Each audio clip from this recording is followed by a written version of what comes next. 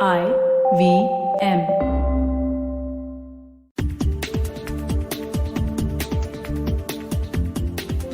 If you're following along, you may think that the smart protein sector is well on its way to succeeding in our mission to diversify protein sources for a more secure, sustainable, and just food system.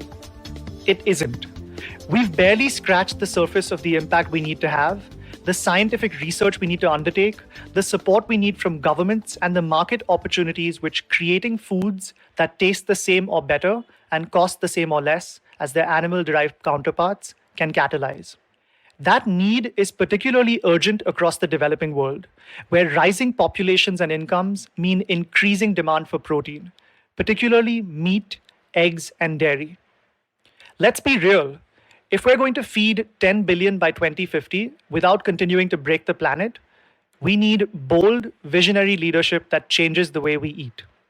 That's exactly what organizations like the XPRIZE Foundation, Abu Dhabi's Advanced Technology Research Council, the Tony Robbins Foundation, and the Global Good Food Institute Network have focused on developing over the last couple of years.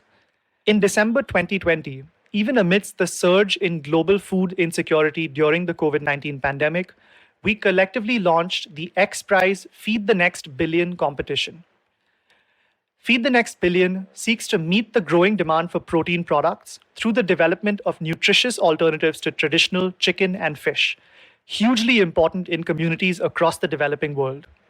These foods must be cost competitive and more sustainable to human health, the environment, and animal welfare. Over the next 3 years, teams of global innovators will be asked to develop environmentally conscious alternatives that replicate the look, taste, smell, feel, and cooking experience of a fillet of fish or chicken. The prize, $15 million. To guide these interdisciplinary teams in developing their products, XPRIZE has recruited an advisory board that includes the likes of His Royal Highness Prince Khalid bin Al-Walid of Saudi Arabia, Bernhard Kovac, the head of the Innovation Accelerator at the United Nations World Food Programme, and Chef Jose Andres, the famous chef and owner of Think Food Group and founder of World Central Kitchen. It's my personal privilege to serve on that advisory board alongside those luminaries, including this episode's guest on Feeding 10 Billion Season 2.5, Lisa Sweet from the World Economic Forum. Lisa is head of the Future of Protein group at the Forum and a frequent collaborator with us at GFI India and the Global GFI Network.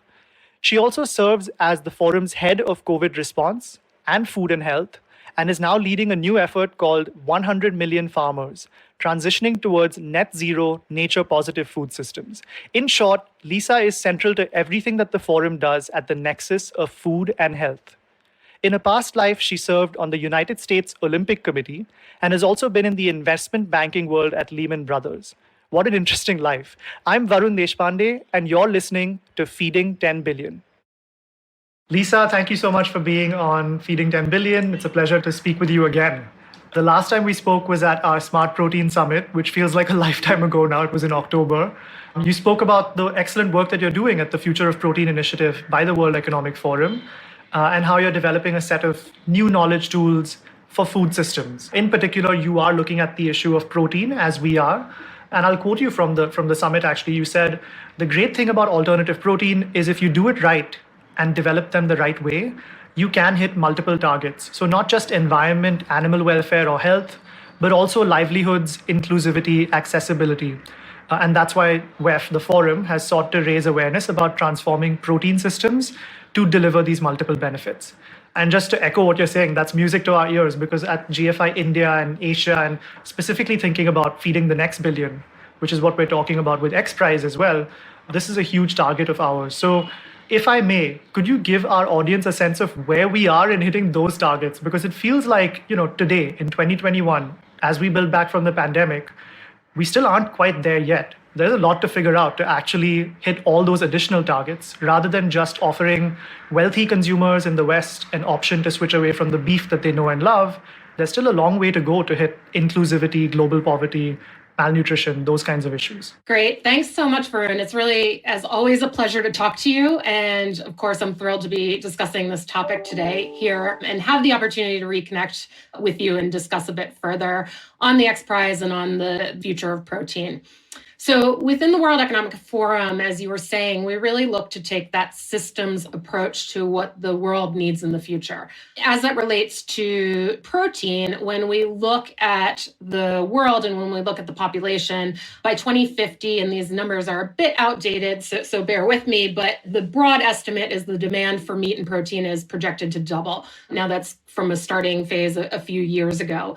But in order to address that need and to do it within the planetary boundaries, we must look at that and take the approach from that systemic level so we don't fail to deliver on a sustainable future across multiple fronts. So looking at this is an issue of food security first and foremost. How do we feed that population of 10 billion? But it's also an issue of environmental sustainability. How do we look at the current footprint of the food and agriculture space and look to minimize that and reduce it and produce more regenerative farming and food systems? How do we look to really create a new system where we don't require as much land to produce the food as we currently do? How do we look at the world's seafood and fish systems, which are currently really overfished by about a third? How do we look at that and how do we change that trajectory from the environmental perspective? Secondly, from the health systems, we're not just talking about feeding a population with calories, but feeding them with the right calories and the right nutrition. And that goes both on the side of malnutrition. How do we bring a greater sense of nutritional component to the foods of tomorrow? But also on the overnutrition. How do we make sure diets are right-sized? How do we make sure that all consumers are really getting the range of what they need and not more? And then how do we look at the role that the food systems plays in some broader health issues, things like the non-therapeutic use of antibiotics? How do we prevent the expansion of that? Things like zoonotic diseases, how do we prevent the transfer of those? Lastly, on the systematic approach that we take, we look at the livelihoods and inclusivity aspect of the food system and of the protein system. And currently you have over 1 billion people around the world that are involved in livestock value chains as some part of their livelihoods. That's a huge number, a huge percentage of the global population. Similarly, 10 to 12% of the world's population relies on fish or seafood as part of their livelihoods. Again, kind of a huge population. And so they must be brought along in any transition that we look to embark on or that we start on. There must be a role for all of the people whose livelihoods are dependent on one form of protein and one part of the food system so that they can have a place in the next food system. As far as where we are on the scale and in terms of achieving the SDGs, we are a long way off. There is a huge trajectory to go. We must accelerate. We must move faster. To do that, we've got to work more collaboratively. We are really only at the beginning of this journey, and there is a tremendous way to go. At the same point, we talk about alternative proteins, and I'd love to change that narrative away from alternative proteins into one of protein diversification. Similar to all other aspects of the food system, there is a huge focus and demand and shift on really finding one silver bullet, one magic solution that will fix everything.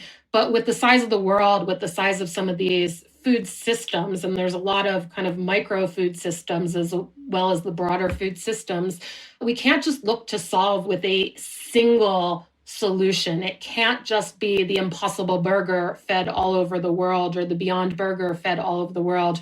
We must look to enhance the range of proteins that the population of tomorrow is consuming and really bring that wide variety of access to all consumers at the end of the day. Yeah, exactly right. You mentioned, no silver bullets, and I want to dive a little deeper on that, especially with some of the work that you're now doing that you've taken on more recently with the forum. But Lisa, I want to underline some of what you said, because if we're talking about the next billion, as we are with the XPRIZE Feed the Next Billion opportunity, many of those people, I would argue almost all of those people, are living in low and middle income countries. And so the questions or the considerations that we've mentioned here, inclusivity, jobs, public health, all of these things are particularly very, very important, very urgent, very critical in these countries, right? So we talk about this all the time. Public health systems in these countries happen to be particularly vulnerable. We have roughly 40% of the world's population living in the low and middle income countries, but well over 60% of the world's foodborne illness related deaths, right? So there's a clear sense of vulnerability here. And in fact, I'm sitting in Mumbai, about 3 kilometers away from Asia's largest slum, right? This is one of the largest population centers in the world.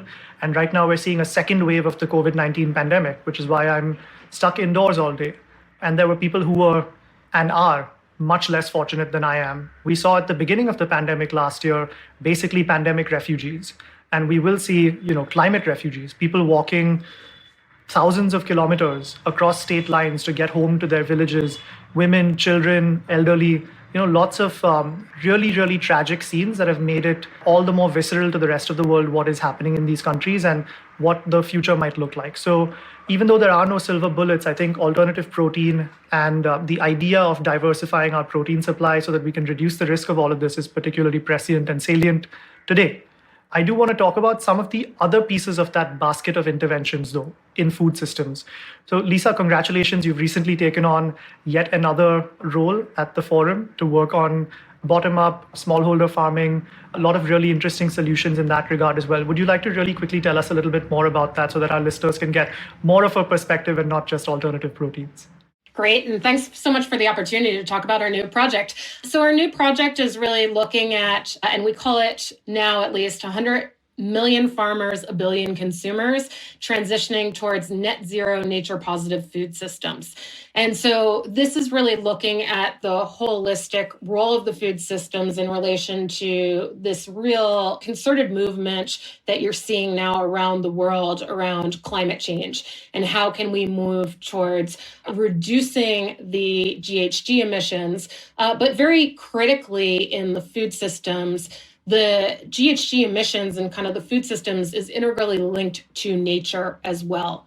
And at the end of the day, it doesn't make sense to decouple the environmental impact and footprint of the food systems with securing and restoring the natural ecosystems with which our food systems really rely on. And so we're taking a look at really how to really help people understand that food systems can make this positive shift to be restorative, to be regenerative, to sequester carbon in the soil, to bring down the emissions of particular segments of the food systems, but doing so in a way that actually empowers, incentivizes the farmers who really often, as I was in a call yesterday actually around innovation within India and the food systems, and one of the farmers said, we're expected to be Superman. We're expected to solve everything and anything. And what we are looking to really create is a system by which we can empower and incentivize and ultimately pay farmers to make their farming much more sustainable, much more environmentally friendly, which will help to increase the resilience of the food systems over the long term.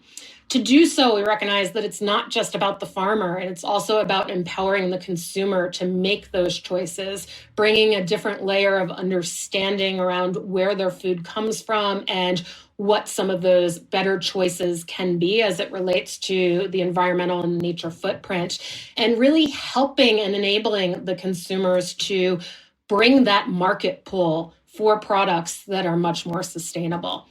So that's what our new piece of work is about, and we're very, very excited about it. It's early stages, but it is the right year with the UN Food Systems Summit, with the COP26, with the CBD for biodiversity. A lot of activity at the international front really going on this year, and it's a great one to really bring to the attention of many stakeholders the really crucial role that the food systems and agriculture can play in creating a much more positive environment that also delivers inclusion and delivers for people at the end of the day. Lisa, this is what I've really enjoyed about these conversations, about the XPRIZE Feed the Next Billion opportunity, because a lot of the lenses that you're bringing to the table here, right? We're talking about multiple approaches, different, strings in our bow. that allow us to transform food systems globally.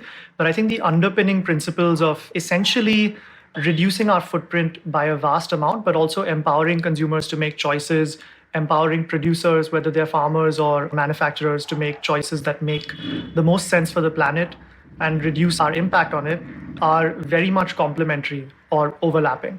So where we see the alternative protein sector as being complementary to a lot of these other efforts are that if you look at, for example, cultivating meat from cells, the idea is if we can essentially produce meat from cells, we allow to a great degree a lot of the land that's currently being encroached upon, deforested, used to grow crops of a pasture for cows and pigs and chickens, to be returned to whatever highest value use, whether that's for nature or for carbon sequestration or otherwise, right?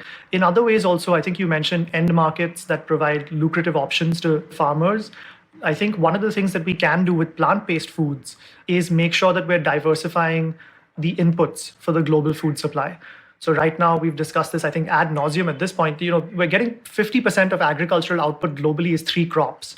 That's an unsustainable production system, right? So if we can produce products like plant-based eggs that are made from mung beans can be grown as a rotation crop, so you don't have to grow them the entire year. You don't have to create all these monocultures, and you can create diversified sources of income for farmers, right? So even if they are smallholder farmers who otherwise have cows that are giving milk, they can also be growing pulses or lentils or other things that can provide them with another lucrative income stream. So have you thought about perhaps what would be your comment about the complementarity of the various things that you're doing right now? Because you're seeing things at such a systemic level now with all the various things you're doing. Absolutely. I think these pieces really absolutely go hand in hand. You mentioned mung bean. I think that is a perfect and beautiful example of really kind of one of the efforts that can be scaled up, that can give a greater livelihood to smallholder farmers who can produce that and really be part of a new set of value chains, a new set of kind of end products that they hadn't previously had access to that market demand. And as we shift and kind of look for the ingredients that will be the building blocks of some of the next generation of proteins, these alternative proteins, we have to think through how we actually help to support that entire end-to-end value creation. A lot of attention right now, certainly in the investment landscape, is really focused on the end product. And there's been fabulous developments recently in terms of kind of the taste and texture and the R&D side of the end product. But those products are only as good as the supply chains that fall behind them are, and as the distribution chains are that they're plugged into. And these need to go hand in hand. We need to kind of build that entire ecosystem of the value chain development from end to end. I'm sure you're well familiar that 2023 is the International Year of the Millet, right? So certainly, and I believe they're called coarse grains in India, millet. Yeah. Yeah. So some really kind of exciting opportunities around looking at how different value chains and protein diversification can be developed, can be supported, and can really encourage farmers to diversify the crop production that they're doing right now and not have it focused on whether it's those 3 or those 6 main crops that you see around the world that really the bulk of the world depend on for their calories. I think what's critical in this whole space, and this kind of brings us to another area that we really focus on, is innovation and the innovation ecosystems that we can help to build.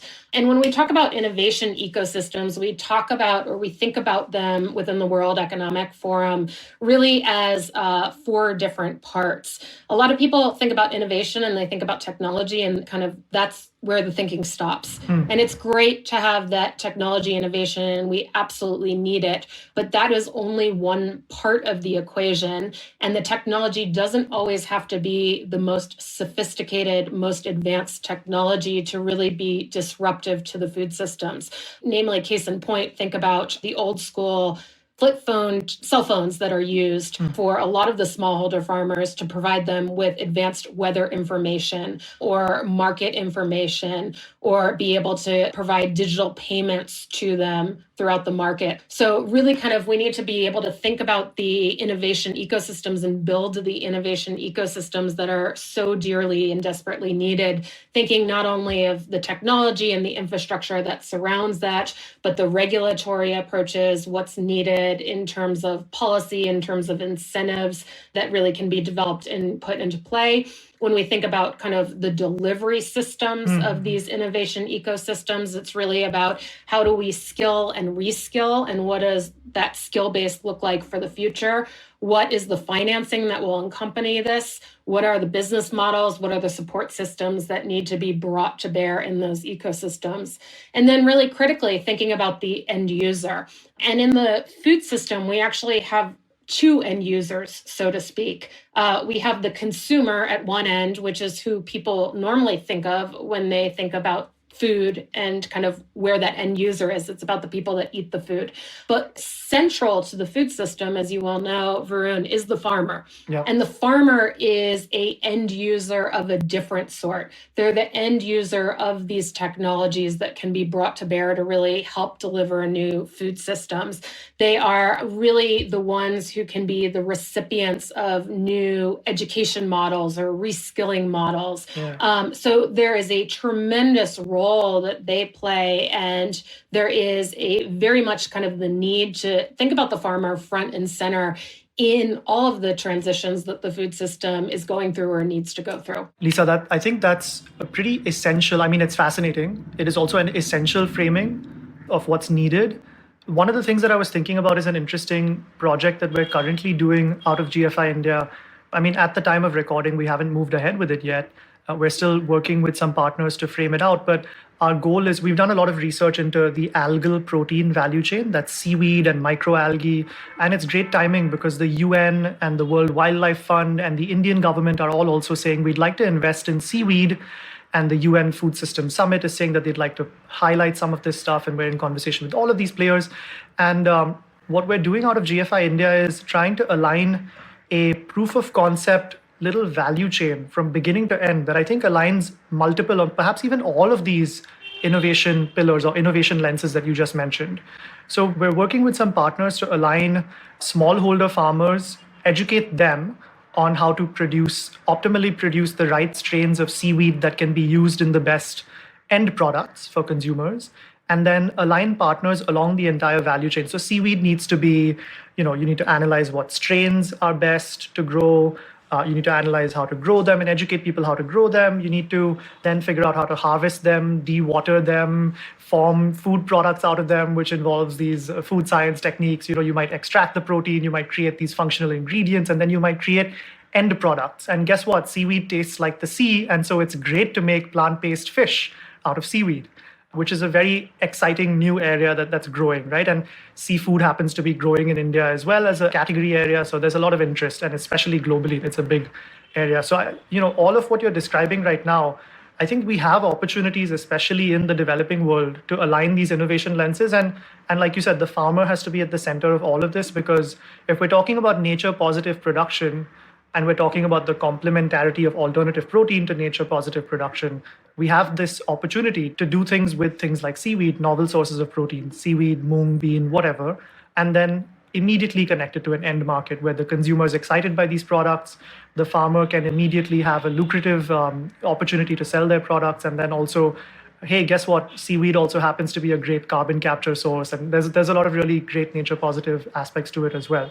I have a question at the end of all of this, but I think we need to take a break. So we're going to come back after this short break on Feeding 10 Billion. Thank you for your patience. Hello, everybody. Welcome to another great week on the IVM Podcast Network. If you're not following us on social media, please do. We're IVM Podcast on Twitter, Facebook, and Instagram. We'd like to thank the sponsors on the network this week, the WholeTruthFoods.com, Seat, PayPal, and Cred. We thank you all for your support. Tune into The Note, where Maruk Inayat talks to Dr. Bipin Joshi about the second wave of COVID. He calls it no less than World War III.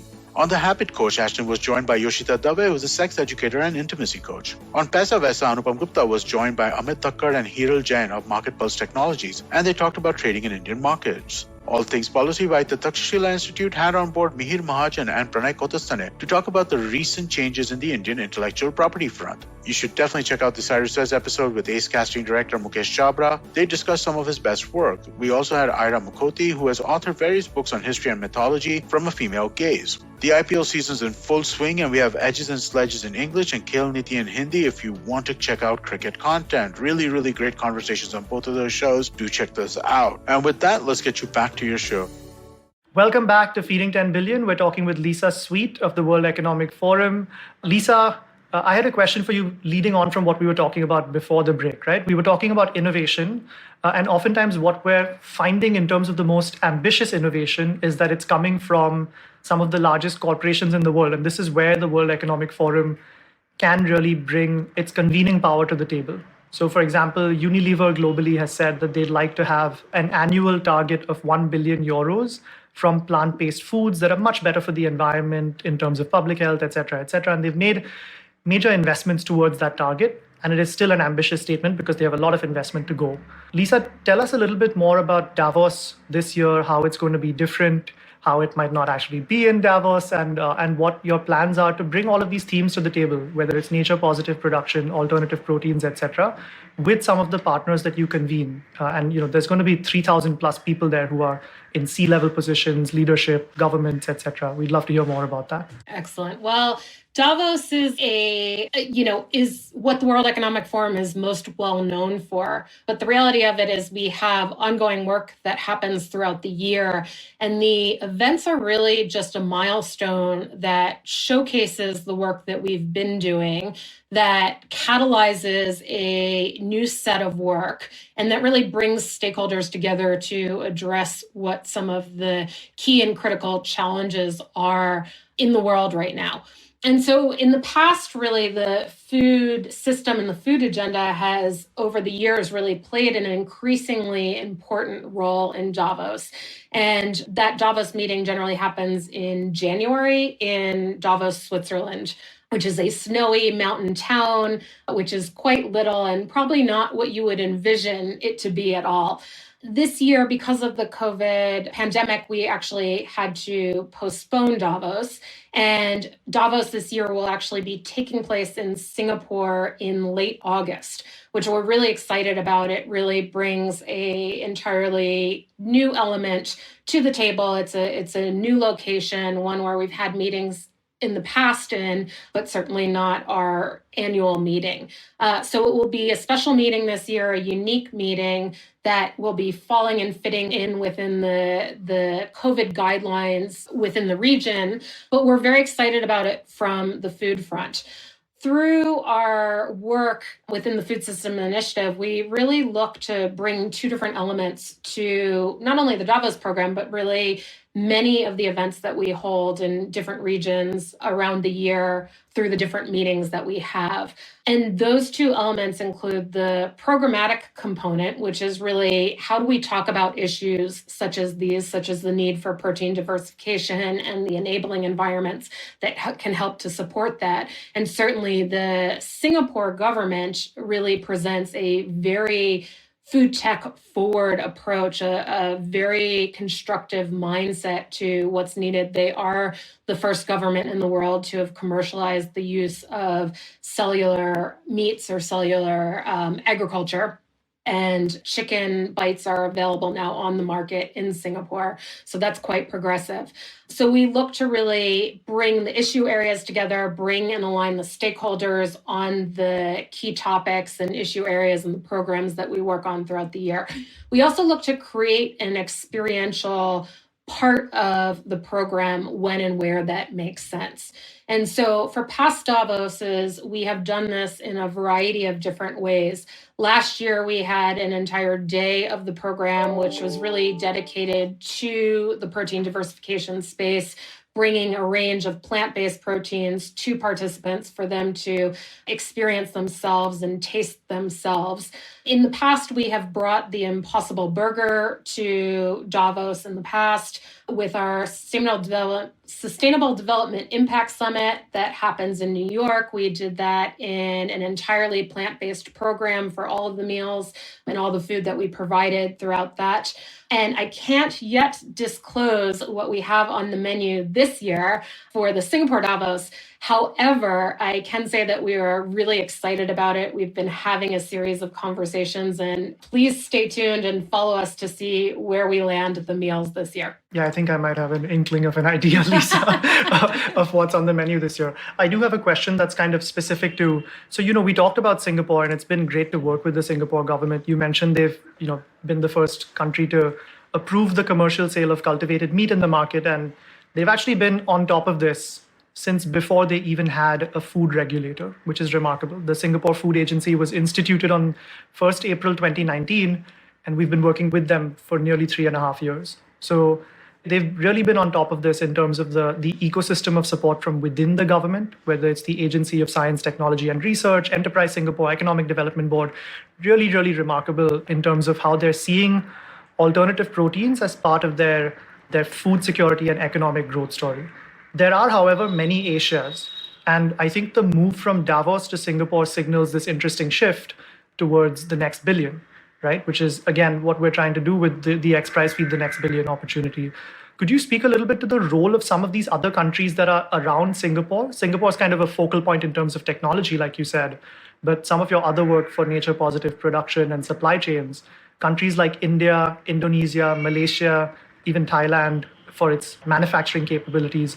What role do all of these places play in the broader food system, as well as perhaps especially in alternative protein? Thanks for asking that question. I think it's really a central one. And I recognizing that I am answering it as an American who lives in Switzerland right now. So I come from my own Western perspective, but really do try to take that broad global perspective and look at the role.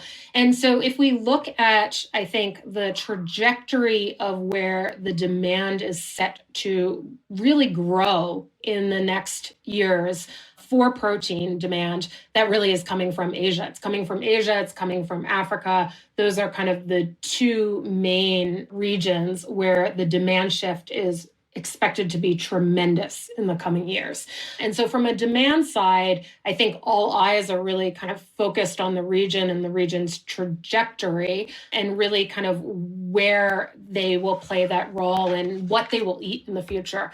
The interesting part about this space is that you do have a tremendous emerging middle class. And that's where you traditionally see those shifts into eating meals where animal-based proteins are much more central when those incomes rise. And so that really represents an inflection point. The interesting part of that inflection point is it hasn't yet happened. So behaviors haven't become ingrained for that region yet. And what we need to think about and really kind of encourage on the consumption side is a model and a mentality that there isn't a kind of similar to there's not a single silver bullet for a solution.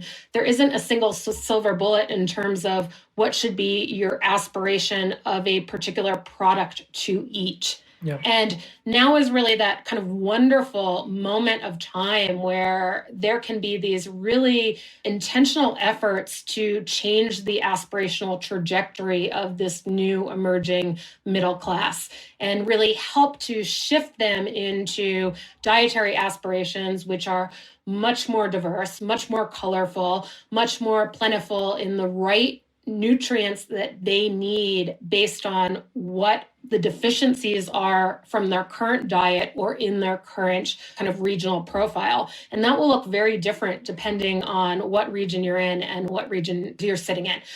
On the supply side, so that's kind of really on the consumption side. On the supply side, this market is, and I say this market, it's these many, many markets, the Asian perspective, they're huge markets. So of course, Singapore doesn't have a huge land footprint, but many other countries in the region, and certainly India does. There are these tremendous land footprints where farming can happen and will happen and is happening and will continue to expand and develop. And we need to to be able to encourage that to happen in a way that is much more diverse, that does factor into the equation, the externalities that haven't been valued, that haven't been priced into the market in the past, that haven't been incentivized by subsidy schemes or market schemes in the past. And really, that's kind of where the future growth needs to come from. One of the kind of really, really exciting things that we're doing, and I talked earlier about the innovation ecosystems that are so necessary to be built. We're looking at how to develop those innovation ecosystems from a regional perspective, which really takes some of these larger narratives, larger changes that we see needing to happen at the food systems level to where they actually need to happen, which is in the regions on the ground and specific to the local and regional enabling environment from business, from government, from the farmer ecosystem, from the consumer ecosystem.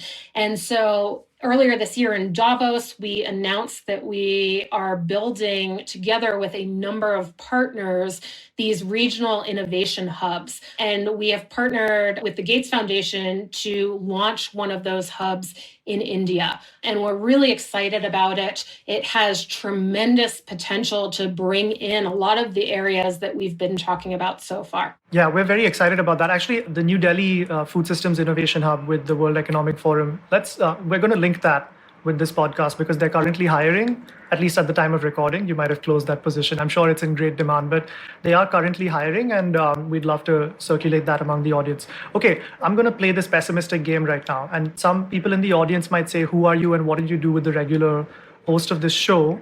But let me just build out the bear case here a little bit, Lisa. The reason I asked you about the supply side is because what if the idea of leapfrogging some of these harms is actually a lie? What if it's too late? Right? Because you mentioned that some of these habits haven't set in yet.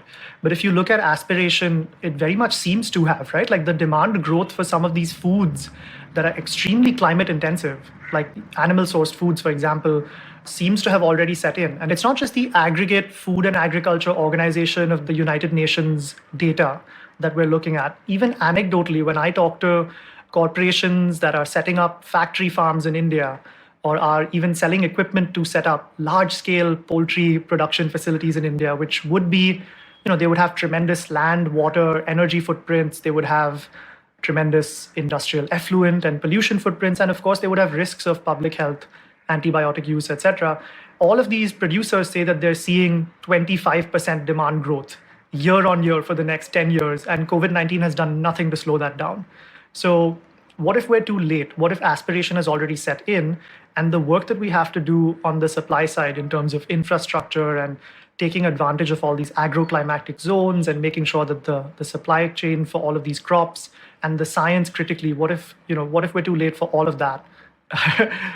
Do you have an answer to this? Perhaps the answer is the XPRIZE feed the next billion prize kind of thing, right? To stimulate more science and more entrepreneurship in this area. But I'm just building a bear case and seeing if you can convince me to be more optimistic like I usually am. I'm not used to this negative side from you, Varun.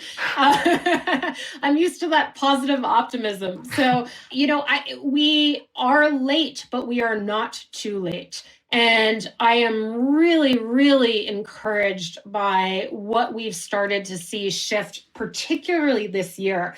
I think, a lot of people talk about COVID and how they haven't seen shifts happen so quickly. These are huge shifts that we're talking about. And I had the kind of really formative experience over the past year to work on a series of COVID response efforts in Africa and supporting the work that our Grow Asia platform does, actually out of Singapore, but broader for the region around COVID response over this past year. And the one fundamental kind of realization that I was left with is how viscerally everybody across the board felt the disruptions of COVID and how that really translated into a new grounding and understanding of what potentially is to come with climate change disruptions. And so I think leaders around the world, businesses around the world, stakeholders across kind of every part of society really are understanding and recognizing with a much greater urgency than ever before that what may become of the world and the planet is close to becoming that unless these shifts start happening at huge scale and start now. We, within the World Economic Forum, really fundamentally believe in the need for multi-stakeholder partnerships for different subsets of society to really come together to co-create solutions, to co-build the future that we need. And I think we're seeing that happen in really meaningful ways. And it's really exciting trajectory to be on. I'll talk about the XPRIZE in a minute, but the other side of the optimism that I do really want to focus on is the youth.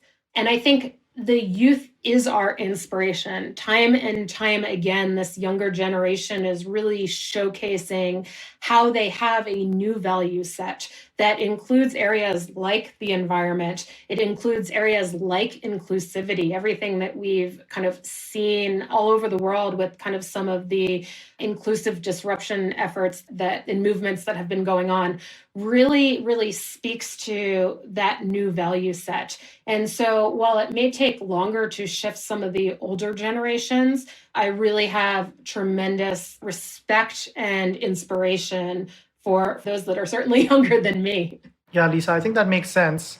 By the way, in that previous segment, I said the word leapfrog, I think 3 times. So if anyone from GFI India is listening, I owe rupees 30 to the leapfrog jar because I'm supposed to put in 10 rupees every time I say the word. But I agree with you, Lisa, insofar as I think the best time to have invested in this kind of innovation was maybe 20 years ago, because we have to build out an entire industry from scratch. That means infrastructure, it means talent pools, it means supply chains. That's not easy work, and that's not quick work. It takes time. But the second best time is now, right? And if we're talking about adhering to the Sustainable Development Goals, if we're talking about securing our future, essentially getting off all the land and the water that we need for the next generations, we actually have to think about these changes now. So let's zoom in a little bit on the kinds of things that can get us there. And I really do think the XPRIZE Feed the Next Billion prize, the $15 million prize, is the kind of thing that can do that, because it overtly focuses on this kind of problem in low and middle income countries. So would you tell our audience a little bit more about that and the kinds of teams, the kinds of innovations that they're looking for, and I think the constraints and the opportunities under which those teams are operating? Well, I'm really thrilled to be part of the XPRIZE Feed the Next Billion advisory committee together with you, Varun. I think, this is kind of just another extension of the partnership that we have and how wonderful it is to work with GFI in a variety of different aspects. The XPRIZE Feed the Next Billion it's a $15 million competition that's seeking to address the impending food crisis by reinventing our global food system and creating a nutritious and affordable alternative to traditional animal-based chicken and fish products. And we've talked quite a bit about fish products already. We've kind of had the mention of kind of some of the different advancements that are coming out within this space. Chicken and fish really represent 2 key opportunities to really shift the focus on and think through how we can accelerate innovation, how we can create teams that can collectively build solutions, and how we can empower the next generation of innovators with the resources they need and the environment they need to really bring these solutions to the market in the right way with the right support. And so that's what's really exciting about the XPRIZE. The XPRIZE is a structured competition that goes through a different series of rounds to really then single out a singular winner, but it's not about the singular winner alone. And through the variety of different stages, the winners of the different rounds of the competition, or those that make it through the different rounds of competition, are given increasingly greater levels of support to bring their ideas and solutions to reality. And that's what's so exciting about this. The advisory committee has, I believe, 9 of us on it, coming from a variety of different walks of life and different approaches to how we need to transform the food systems, from you, from myself, from investors who are really seeking to put money into the space, to the World Food Program and how they look at innovation, to Jose Andres as a chef and kind of the role that chefs play in the ecosystem. And together we are helping to really bring a greater level of thinking, a broader level of knowledge and support to this prize to really make sure that the innovation ecosystem that is provided by the prize and provided by all of us who are part of the advisory committee is the best one possible to generate these solutions, which will really help to be these critical game changers over time. And that's why I'm super excited to be a part of it. Yeah, Lisa, I can't say any better than that. One of the things that really excites me about it also is that we, or XPRIZE, have deliberately chosen to focus on, as you said, categories or proteins that are relatively neglected within the global alternative protein landscape, right? The first wave of alternative protein products, and I mean, first wave of next generation alternative protein products that really taste the same or better as their animal-derived counterparts, or at least are really focused on that target, like the Impossible Burger or Beyond Meat, Beyond Meat's Beyond Burger or Beyond Sausage. They focus on beef and pork. And to a certain extent, to a great extent, those proteins are not eaten by the next billion. The next billion are going to eat more seafood, more chicken, and that might create a huge swath of challenges across all the areas that we've talked about before. So I think if there's an opportunity for us to look at the holy grail of these proteins, which is a structured chicken breast or a delicious fish fillet, in ways that make sense culturally, as well as from an infrastructure standpoint, to the developing world, what talent pools, what existing operating models, what existing equipment and infrastructure already is on the ground in these countries that can be used to produce these products in hopefully at price points and in ways that make sense to the population locally, that's going to be truly transformative. So it's a long road, it's 4 years, but I'm quite excited to see what emerges. Lisa Sweet from the World Economic Forum, thank you so much for joining us on Feeding 10 Billion. Thanks, Varun. I hope you enjoyed listening to that episode of Feeding 10 Billion Season 2.5 as much as I always enjoy chatting with Lisa Sweet. A quick correction, unfortunately, the World Economic Forum Summit will not be taking place at all this year because of the pandemic. However, all the things we discussed about the epicenter of food innovation shifting to Singapore and to broader Asia are definitely true, particularly with Singapore showing that bold and visionary leadership in the world of smart protein that we always talk about. We've also had a few exciting developments since we recorded this interview. The Good Food Institute's global network and the World Economic Forum have come together to create an alternative protein working group to represent the sector at the upcoming UN Food System Summit events this year. The working group comprises leaders from food, technology, and government all over the world and is a major positive step towards sustainability in our protein supply. Excitingly, we've also announced the 28 semi-finalists for the XPRIZE Feed the Next Billion competition. They include excellent teams from across the world, with several in Asia and 3 coming from India. You'll hear more about these teams in the next 2 episodes of Season 2.5, so stay tuned. This is Varun Deshpande signing off on this episode of Feeding 10 Billion. For more information, you can visit us at gfi.org.in, and you can also go to xprize.org for more information on Feed the Next Billion. You can also follow us on social media at the Good Food Institute India, on LinkedIn, Instagram, Twitter, or wherever you get your social media fix. And of course, if you like this podcast, don't forget to check out other interesting podcasts on the IVM network. You can listen to us on the IVM Podcasts app or on ivmpodcasts.com. You can also follow us on our social media. We are at IVM Podcasts on Twitter and Instagram. And if you want to reach me, you can find me at Varun D7 on Twitter and at Varun5 on Instagram. Take care, and we'll see you soon.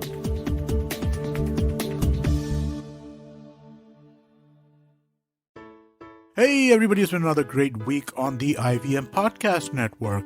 On the Wire Talks, Siddharth talks to Harinder Happy. He's currently the media coordinator of the farmer protests and the son of a Dalit landless farmer in Rajasthan. He tells us how and why he got involved with the protests and the 3 laws that angered the farmers in the first place. On KBC, Farhad and Sunitra are joined by Sonika Aaron from Marching Sheep, an HR consultancy that helps businesses to be more inclusive. On Smarter with Sid, we find out more about momentary leadership from Siddharth. On Misconduct, Raghavi and Nisha take us through a tale of sisterhood, that of Jayalalitha and Sasikala. And on Say No to Drama, Chetna is here to slice the drama around body image and tell you some essential life hacks. Do follow us on social media. We're IVM Podcast on Twitter, Facebook, Instagram, and LinkedIn. And also do check out our YouTube channels. We have a number of them. You can get them on ivmpodcast.com/YouTube. And remember, if you're enjoying this show, or any of our other shows for that matter, please do tell a friend. It really does help us spread the word. And finally, we'd like to thank our sponsors for the network this week: Cred, Bank of Baroda, CoinSwitch, Kuber, Intel, and Oxfam India. Thank you so much for making this possible. Do you wonder why China does the things that it does? Or want to know how we could improve online privacy?